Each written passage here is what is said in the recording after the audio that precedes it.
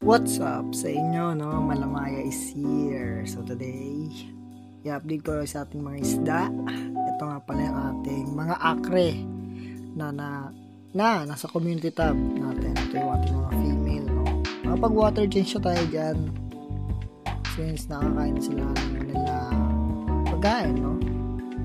Twice kasi natin silang pinapakain na day. So, yung pangalawang kain nila. And after nila kumain, ayan, water change na agad natin, guys, no? Nakita nyo naman, crystal clear, di ba? So, ito yung ating mga female na molting, no? Nagra-red ears na rin sila, guys. Pero iba dyan talaga red ears na. Bilang na lang yung hindi pa, no? Sobrang kunot kasi talaga. Since ito naman yung ating mga male na acre. Yan sila, guys. Nakita nyo, di ba? Solid. Napakaraming mail natin, no? So may gusto ng ating mga akre, PM nyo lang ako. Alam na natin ang pag-uusapan dyan, no? And ito rin pala yung ating mga akre na female, no? Nasa black tab. Sineparate natin sila kasi nga sobrang crowded dun sa community tab natin na blue tab, no? So ito sila, guys. And kung mapapansin nyo, nagre-red ears na rin talaga sila. Sobrang kulat lang kasi nga madalang lang tayo magpakain sa ating mga malalaking akre, no? Nakatuon tayo sa ating mga female. Pero itong mga akre natin na molting, no? 3 beses natin yung pinapakain, guys. Compared lang dun sa mga matured na talaga na naka-red ears na. 2 beses lang natin sila pinapakain. Pero itong mga to 3 beses na kumakain, guys, no? So, yan sila, guys.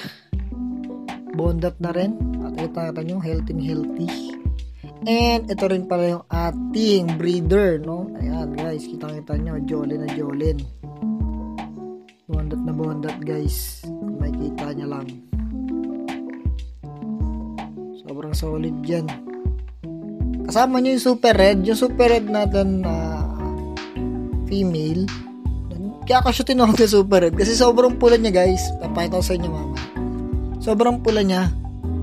Kaya tinawag ko siyang super red. Konti lang yung pagka-white niya, no? Cover na cover siya sa pagkapula. Kaya tinawag ko siyang super red.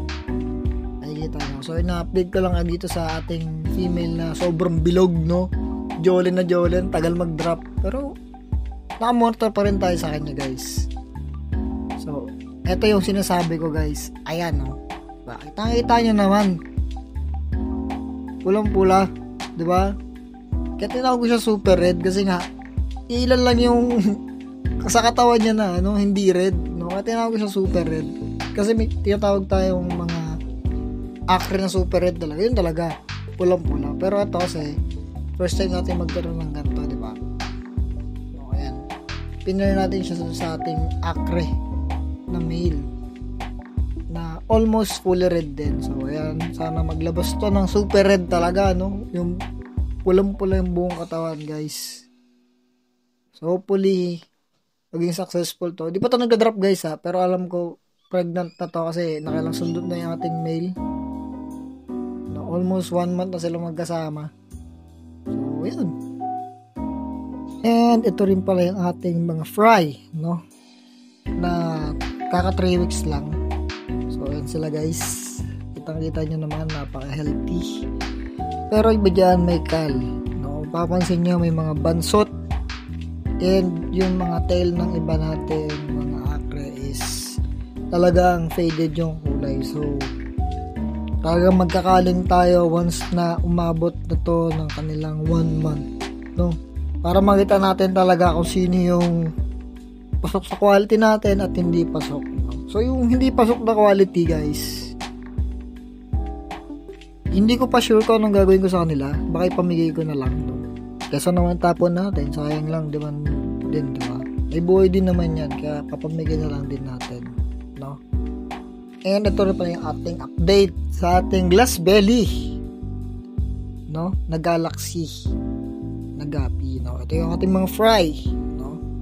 4 days old na sila, and nakikita nyo naman, super active, no? Kakapakain ko lang sa kanila, kita nyo may mga box pa, no? Kakakain lang ng mga yan, kaya ganyan, no? Na medyo cloudy yung tubig.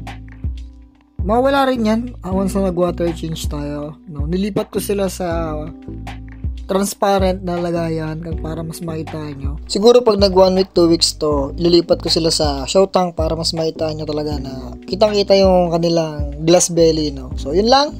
Yan yung ating update sa ating mga fry, sa ating mga isda. Malamay is out. Fish out!